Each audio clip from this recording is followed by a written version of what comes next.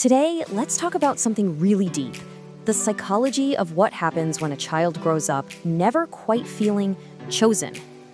Have you ever had that feeling, you're there, but you're not really chosen? You're not the favorite, not the top priority, definitely not the one someone would fight for. And that feeling, it doesn't just go away. It sticks with you. It actually leaves a mark. And psychologists tell us that when a child carries this feeling, it does more than just hurt in the moment. It quietly, almost secretly, starts to shape their entire identity. So let's get into it. We're gonna look at 5 invisible scars that can form because of this experience. All right, number 1. This first one is a biggie because it completely changes how you see connection, how you see love itself. It's this deep, deep need to earn love. And the logic behind it is pretty straightforward when you think about it. As kids, we build our sense of self-worth based on how valued we feel. So if you're a child who feels kind of secondary or overlooked, your brain makes a logical leap. Okay, I guess I have to prove I'm worth loving. And this is where you see high achievers, right? People who are always giving, always doing, and feel this intense anxiety whenever they're not being productive or useful.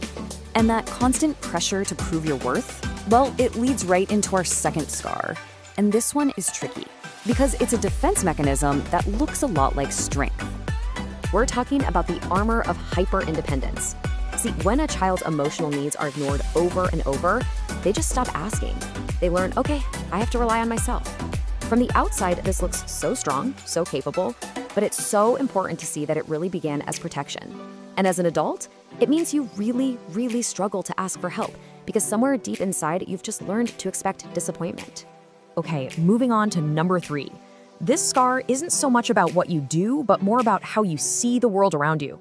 It's called rejection sensitivity.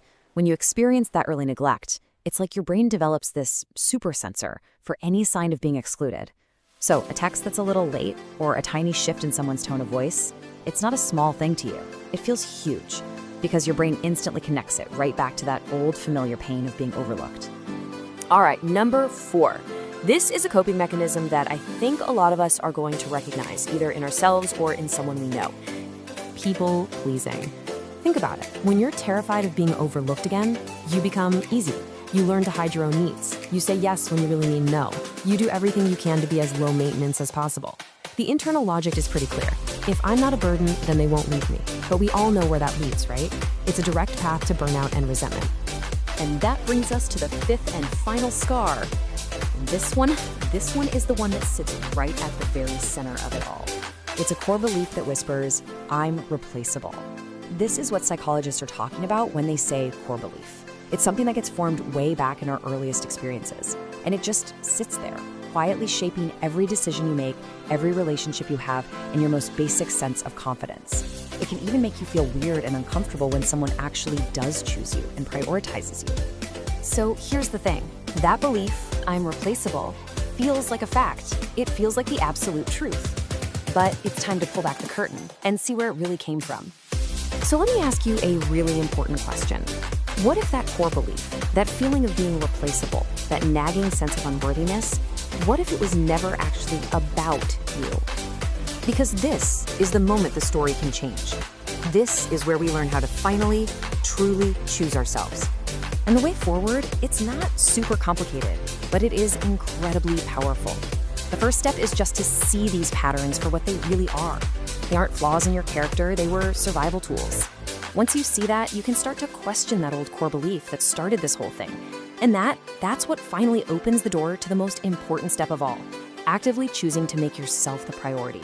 When you understand the psychology of it all, when you really see the why behind these feelings, you can finally stop blaming yourself. You can look back and realize, oh, I was just a kid. I was doing the best I could to survive in a really tough emotional world. And if you take away only one thing, let it be this. Really let this sink in. Not feeling chosen had nothing to do with your worth. It was a failure of your environment to see and communicate the incredible value that was always, always there.